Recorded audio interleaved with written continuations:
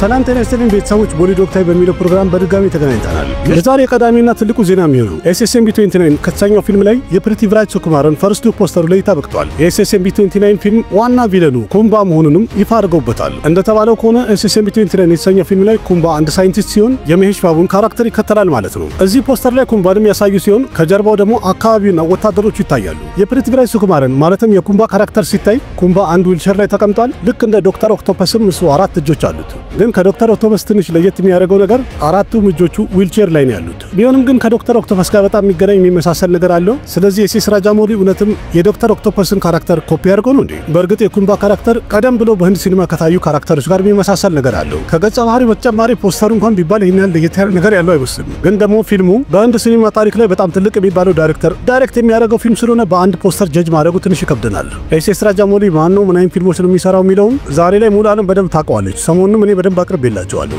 የኩምባ ካራክተር ከመታየቱ በፊት የሴስ ራጃሞሊ በአንድ ፖስት እንዳሳወቀው ከሆነ የSSMB29 ወይም የፊልሙ ኢቨንት ኖቬምበር 15 ላይ እንደሚጀመር ተናግረዋል። ኢቨንቱ ምንነቱን ባናውቀውም ግን ካሁኑ ዝግጅታቸውን በጣም አጣጥፎ ቀጥለዋል። የሚጠበቀው እንግዲህ በዚህ ኢቨንት ላይ የፊልሙን ርዕስም ጭምር እንዲሁም ደግሞ የተወሰነ ቪዲዮ ወይም ደግሞ ሞሽን ፖስተር በዛው ይለቀቃል ተብሎ ይጠበቃል። ብቻ ምንም ነገር ይሁን ከSSMB29 ፊልም ጋር የተያዘ አፕዴት ሁሉም ሰው በጉጉት ይጠብቃል። ስለዚህ ኖቬምበር 15 ደግሞ ምን እንደሚፈጠር አብረን ምን ይሆናል። የሚለቀቅበት ቀን እስካሁን ድረስ አልተወሰነም። ግን 2026 ካልሆነ ደግሞ 2027 ላይ ምን ነው ፊልም እንደሆነ የተረጋገጠ ነው። ቀጣዩ ዜና ባድስ ኦፍ ቦሊውድ የተሰኘው ፊልም ስኬታማ ከሆነ በኋላ አሪያን ካን ቀጣይ ፊልሙን ዝግጅት እንደጀመረ ተነግሯል። ግን በአሁኑ የሚሰራው የሲኒማ ፊልም ስለሆነ የመጀመሪያ የሲኒማ ፊልሙን አንድ ብሎ ሊሰራ ነው ማለት ነው። ግን ከመጀመሪያ ፊልሙ በተጨማሪ ጎን ለጎን ሌላም ፊልም ፕላን እያደረገ ነው ያለው። በዛ ፊልም ላይም ሻሩክ ካን መሪ ተዋናይ ይሆናል እየተባለ ነው። አንዳንድ መረጃዎች እንደሚያሳዩት ከሆነ አሪያን ካን በቀጣይ ከአባቱ ከሻሩክ ካን ጋር በጣም ትልቅና ደመቅ ያለ አክሽን ፊልም ይዞ ለመምጣት ፕላን አድርጓል እየተባለ ነው። ግን የመጀመሪያ ፊልሙን ዳይሬክት አድርጎ ማሳመን ያለበት የህንድ ሲኒማ ትልቁ ሱፐርስታር የሚባለው የሻሩክ ካንን ፊልም ዳይሬክት የማድረግ አቅም አለው የለውም የሚለውን በመጀመሪያ ስራ ይፈተናል ማለት ነው። የአሪያን ካን የመጀመሪያ ሲኒማ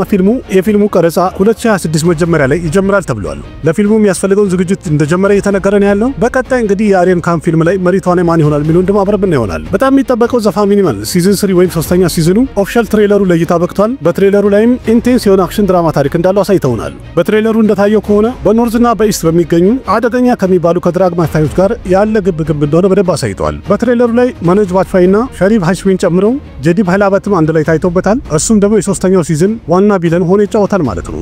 ዘፋሚኒማን ሁለቱም ሲዝኖቹ ተወዳጅ ነበሩ። ይሄ ሶስተኛው ሲዝንም ታሪኩ ቆንጆ ይመስላል። ስለዚህ ለእይታ ሲበቃ እንግዲህ ታሪኩ እንዴት ይሆናል የሚለውን አብረን ይሆናል። ሶስተኛ ሲዝኑ 8 ኤፒሶድ እንዳለ የተነገረ ሲሆን ከኖቬምበር 21 ጀምሮ ፕራይም ቪዲዮ ላይ ለእይታ ይበቃል ብለዋል። सिंगल जीना सिंगल मरना इससे बड़ा श्राप नहीं है लाइफ में। एक बार यहाँ से निकल गया ना जी के मैं तेरा स्वयंवर रचाऊंगा। प्रॉमिस। የሞህንላል አክሽን ፋንታሲ ይዘት ያለው ቀጣይ ፊልሙ በርሸፓ የሚለቀቅበት ቀን በድጋሚ ተቀይሯል ተብሏል። ኦክቶበር 25 ለእይታ ይበቃል የተባለው ይህ ፊልም ኖቬምበር 6 ለእይታ ይበቃል ብለዋል። አራዝመውት ነበረ። ግን አሁን እንዳሉት ከሆነ ዲሴምበር 25 2025 ለእይታ ይበቃል ብለዋል። ፊልሙ በህንድ የሚለቀቅ ስለሆነ ሂንዲ ቦክስ ኦፊስ ላይ ኢኪስና ቱ ሜሪ ሜቴራ ቱ ሜሪ ከተሰኙት ፊልሞች ጋር ክላሽ ያደርጋል ማለት ነው። ከዛ ሌላ ዲሴምበር አጋማሽ ላይ አቫታር 3ኛው ክፍልና ዲሴምበር 25 ደግሞ አናኮንዳም ከሆሊውድ የሚለቀቁ ፊልሞች ናቸው። ማለትም ፊልሙ ከብዙ ፊልሞች ጋር ክላሽ ያደርጋል ማለት ነው። ግን ደግሞ ይህ ዓመት ለሞህንላል በጣም ጥሩ ነበር እየሄደ ነበር ወይም ጥሩ ፊልሞችን አሳልፏል። ስለዚህ የ2025 የመጨረሻው የሞህንላል ፊልም እንዴት እንደሚሆን አብረን ይሆናል። ቀደም ያለው ጁራሲክ ወርልድ የተሰኘው ፊልም ወይም ሪቨርስ የተባለው ስኬታማ ከሆነ በኋላ ዩኒቨርሳል ፒክቸር በአሁኑ ሰዓት ላይ ጋሬት ኤድዋርድን እያናገረው ሲሆን በእርግጥ ዳይሬክተሩ ጎበዝ ነው። ጁራሲክ ወርልድ ሪቨርስ የተሰኘውን ፊልም ዳይሬክት ከማድረግ በተጨማሪ ጎድዚላና ሮግ ዋን ስታር ዋርስ የተሰኘውን ፊልም ምርጥ አድርጎ ዳይሬክት አድርጎ ነበር። ስለዚህ አሁን በቀጣይ የሚሰራውንም ጁራሲክ ወርልድ ራሱ ዳይሬክት እንዲያደርግ እያናገረ ነው ያለው። ስለዚህ አንዳንድ መረጃዎች እንደሚያሳዩት ስካርሌት ጆንሰን እና ጆናተን ቤሊ በዚህኛው ክፍል ላይ መሪ ተዋናይ ይሆናሉ ተብሏል። የፊልሙ ፕሪ ፕሮዳክሽን እንደተጀመረ ተነግሯል። ስለዚህ የፊልሙ ቀረጻም እስከ 2026 መጨረሻ ይጀመራል ተብሎ ይጠበቃል። ስለዚህ ከጁራሲክ ወርልድ ቀጣይ ክፍል ጋር የተያዘ አዳዲስ መረጃ ደግሞ ኮተው ይዤላችሁ ቀርባለሁ። ይሄን ያው ከሁላችንም ከልጅነት ያየን ያደግነው ፊልም ስለሆነ ብትሰሙት ደስ ይላችኋል ብዬ ያቀረብኩት ነው። ከጄለርቱ በኋላ ረጅኒካንት የሚሰራው ፊልም አሁን እንደተረጋገጠ ተነግሯል። ፊልሙንም ከማል ሃሰን ፕሮዲዩስ የሚያደርገው ሲሆን ሱንደር ሲንግ ዳይሬክት ያደርጋል ተብሎ ተረጋግጧል። ስለ ረጅኒካንት 73ኛው ፊልሙ እኔም ቀደም ብዬ ደጋግሜ ነግሬያችሁ ነበር። የረጅኒካንት ቀጣይ ፊልሙ አንድ ፋሚሊ ኮሜዲ ፊልም ይሆናል። ሱንደር ሲንግ የተባለው ዳይሬክተርም ዳይሬክት ያደርጋል ብዬ ነግሬያችሁ ነበር።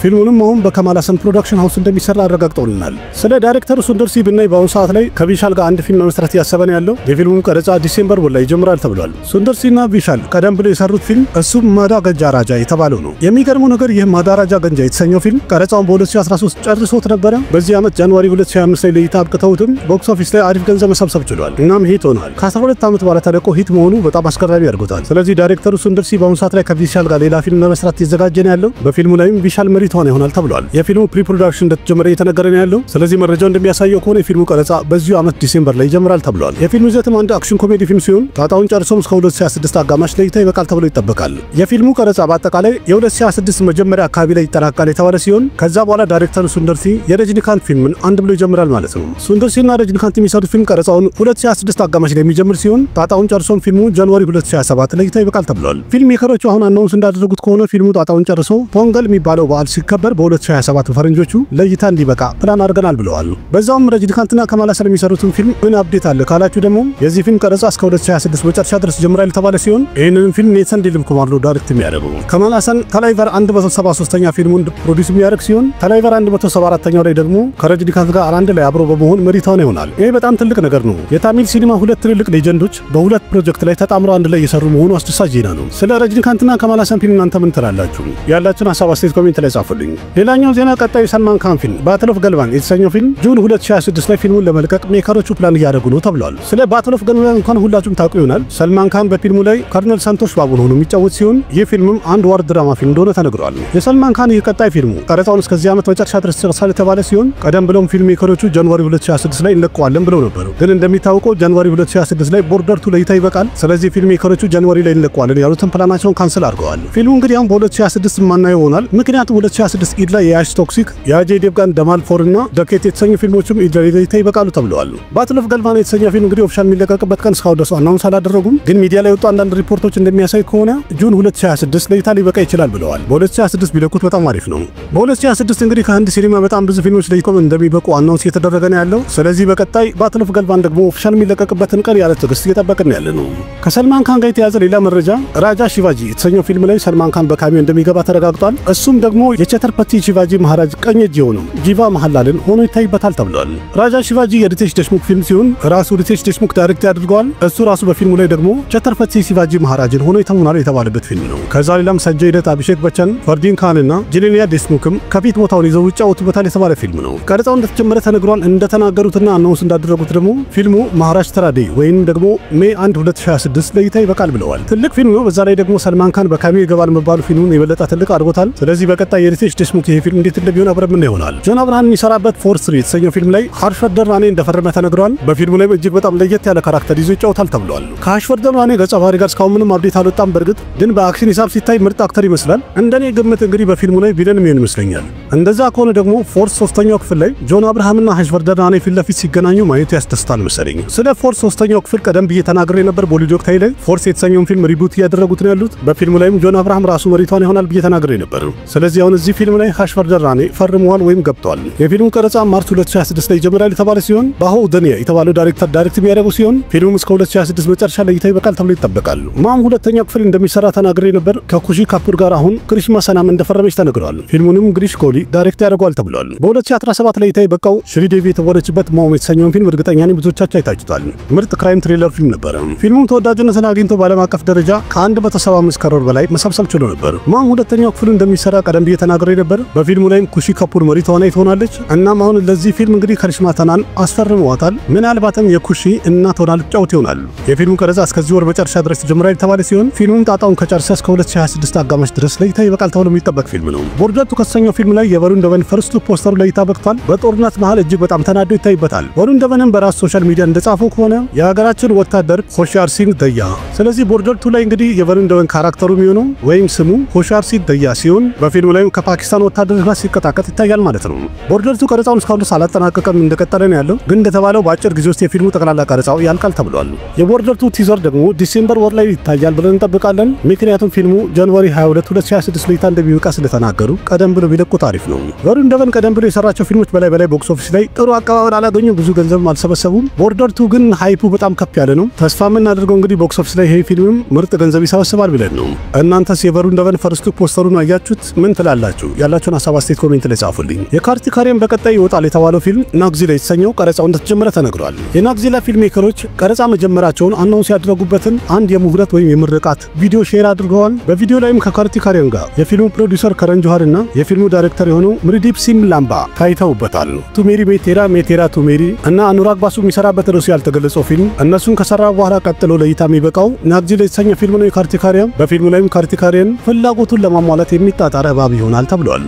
የፊልሙ ቀረጻ እንግዲህ ገና ካሁኑ ጀምሯል። እንደተባለውም እንግዲህ ጣጣውን ከጨርሰና ካለቀ ኦገስት 14 2026 ለእይታ ይበቃል ተብሏል። በእርግጥ ኦገስት 14 2026 ላይ ቤሪያ የተሰኘው ፊልም ክፍል 2 ለእይታ ይበቃል ብለው ነበረ፣ ግን በአሁኑ ሰዓት ላይ ቤሪያ ክፍል 2 ተራዝሟል ተብሏል። የካንታ ኦፊሻል ትሬለሩ ለእይታ ይበቃ ሲሆን በትሬለሩ ላይም ኢንቴንስ የሆነ ድራማ ታሪክ አሳይተውናል። በትሬለሩ ላይ እንዳሳዩት ከሆነ በአንድ አክተርና በዳይሬክተር ኢጎ መሃል ያለውን ግብግብ በደንብ አሳይተውናል። ዳይሬክተሩ ያን ግለሰብ አክተር አድርጎት ነበረ። ቢሆንም ግን በላይ ፊልሞቹ ስኬታማ ሲሆኑ አክተሩ ኢጎ ከፍ እያለ መጣ። ስለዚህ እኔ እንደመሰለኝ ስራ ሰራለሁ ብሎ እየተከራከረው ነው። ትሬለሩ ላይ በሁለቱም መሃል ንዴት እንዳለ በደንብ ያሳያል። ስለዚህ በፊልሙ እንግዲህ በተማሪና በአስተማሪ መሃል ሌላ ምን አይነት ታሪክ አለ የሚለው ማየት ያስደስታል። ትሬለሩ ላይ ያለ የተዋናዮቹ የሁሉም ትወና በጣም ደስ የሚል ነገር አለው። ግን ዋናውና ወሳኙ ነገር የፊልሙ ታሪክ አይደል፣ እንዴት እንደሚወደም አብረን እናየዋለን። ስለዚህ ካንታም ኖቬምበር 14 በዓለም አቀፍ ደረጃ ለሲኒማ እይታ ይበቃል የተባለ ፊልም ነው። ఓకే కెమెరా దగ్గరికి తీసుకురా. సరే సరే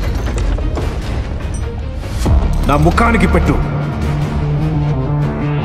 కెమెరా క్లోజ్. ኤንቲአር ኒል ማለትም የድራገን ፊልም ቀረጻ በቀጣይ ጥቂት ቀናት ውስጥ እንደሚጀምር አንድ ፎቶ ሼር አድርገው አናውንስ አድርገዋል። አሁን በቅርቡ በርግጥ በጣም ሲወራ ነበር ድራገን የተሰኘ ፊልም የሚወጣበት ቀን ይራዘማል እየተባለ ነበር። ምክንያቱም ዋርቱ ፍሎፕ ስለሆነ የፊልሙን ታሪክ በድጋሚ ከልሶ እየሰራበት ነው ተብሎ ሲወራ ነበር። እኔም ማቅረብላችሁ ነበር፣ ግን ይሄን ተራ ወሬ እንደሆነ ተረጋግጧል። ፐርሻንት ኒልና ጁኒየር ኤንቲአርም ለቀጣይ ቀረጻቸው ዝግጅታቸውን እንደጨረሱ አናውንስ አድርገዋል። የቀረውን ቀረጻ ለመጨረስ እንግዲህ በቀጣይ ጥቂት ቀናት ውስጥ ይጀምራል። ፊልሙን ጣጣውን ጨርሶ እስከ 2026 አጋማሽ ለእይታ ይበቃል ተብሎ ይጠበቃል። ግድግዳ ላይና በፍሬም ያሉ ስዕሎች ሲሸጡኛ ብዙ ጊዜ አይተናል። ግን ይህ በህይወት ያለ ሰው ጀርባው ላይ የተሳለውን ስዕል እንዴት ነው የሸጠው? ይህንስ ጀርባውን የገዛው ሰው በምን አይነት ሁኔታ ወደ ቤቱ ይዞት ሄደ? አሜሪካ ውስጥ ያለው ዴዝ ቫሊ የሚባለው ቦታ ላይ ራሱ የሚንቀሳቀሰውን ድንጋይ ብንል፣ እንዲሁም ታይላንድ ውስጥ ያለው ሚኮንግ ሪቨር የሚባለው ቦታ ላይ የሚወነጨፉት የእሳት ኳሶች፣ እነዚህ ሁሉ ነገሮች ከጀርባቸው ምንድነው ምክንያታቸው? የእነዚህ ነገሮች ሚስጥር ለማወቅ ሳይንቲስቶችም ሆነ ኤክስፐርቶች እንቅልፍ እስከ ማጣት ድረስ ያደረሰ ነው። የዓለም ኦፊሰሮች ይህን ነገር አይተው ነው በጣም የደነገጡትና የተረበሹት። ከዛ እስር ቤት ውስጥ አንድ እስረኛ በነፃነት ቢለቀቅና እንደፈለገ ይንቀሳቀስ ቢባል እንኳን ማንም ሊያመልጥ አይችልም ተብሎ የሚመሰከርለት እስር ቤት ግን እዛ ያሉ ጋርዶች ካፍንጫቸው ስር 3 እስረኞች እንዴት ብሎ ሊያመልጡ ቻሉ? በጣም የሚያስደንቀው ነገር ካመለጡ በኋላ ለ10 ሰዓት ያህል እንኳን የእስር ቤቱ ጠባቂዎች ወይም ጋርዶቹ ምንም አይነት ፍንጭ እንኳን አላገኙም ነበር። ዛሬ የምናወራው እንግዲህ ምን አይነት ጄል ብሬክ ነው? ያለፉት 60 ዓመታት ነገሩ ግራ አጋብቶ ብቻ ሳይሆን በአሁን ሰዓት ላይ እንዲያውም ለዓለም ሚስጥር ሆኖ የቀረ ጉዳይ ሆኗል። ዓለም ድንቅ ናት በሚለው ቪዲዮ በድጋሚ ተገናኝተናል። በዚህኛው ዩቲዩብ ቻናል ላይ የምታደርጉልኝ ድጋፍና ትብብር በጣም አመሰግናለሁኝ። አሪፍ እየቀጠለ ነው ያለው። ግን ሌላም አንድ ቻናል አለኝ፣ ዓለም ድንቅ ናት የተሰኘ ምርጥ የሆኑ አስደናቂ ቪዲዮዎችና አስተማሪ ቪዲዮዎችን ማቀርብበት ሁለተኛ ቻናል ስላለኝ እንደተለመደው እዚህ ላይ ጠፋ በሚል ሰዓት ላይ እዛ ላይ ገብታችሁ ላይክ እና ኮሜንት እንዲሁም ሰብስክራይብ በማድረግ ለጓደኞቻችሁ ሼር በማድረግ እንድትተባበሩኝ በአክብሮት እጠይቃለሁ። አሪፍ ነገር ታገኛላችሁ፣ በጣም ትማሩበታላችሁ፣ ዘና ፈታትሉበታላችሁ፣ ትደነቁበታላችሁ። ቆንጆ ቪዲዮዎችን አቀርባለሁ። እዛ ላይም ድጋፍ እንድታደርጉልኝ ጥሪ አቀርባለሁ። አመሰግናለሁ። ይህን ይመስላል። ከመቻችሁ አሪፍ ነው። ያላችሁን ሀሳብ አስተያየት ኮሜንት ላይ አስቀምጡ። ቪዲዮ ላይክ አድርጉ፣ ለጓደኞቻችሁ ሼር አድርጉ። ለቤቱ አዲስ ሆናችሁ እንደዚህ ከህንድ ሲኒማ ጋር የተያዙ በጣም ብዙ መረጃዎችን ወሬዎችን እንቀባበላለን። ቤተሰብ ሁኑ። አቅራቢያችሁ ቃሲም መካ ነበርኩ። በሌላ ቪዲዮ በድጋሚ እስከምንገናኝ ደህና ሁኑ። ባይ። እኔ አማርኛ መናገሪያ ይግረማችሁ። ይልቅ ይህን ቻናል ሰብስክራይብ ብታደርጉ የበለጠ አዳዲስና ምርጥ ስለምታገኙ ቻናሉን ሰብስክራይብ በማድረግ ቤተሰብ እንድትሆኑ በአክብሮት እንጠይቃለን።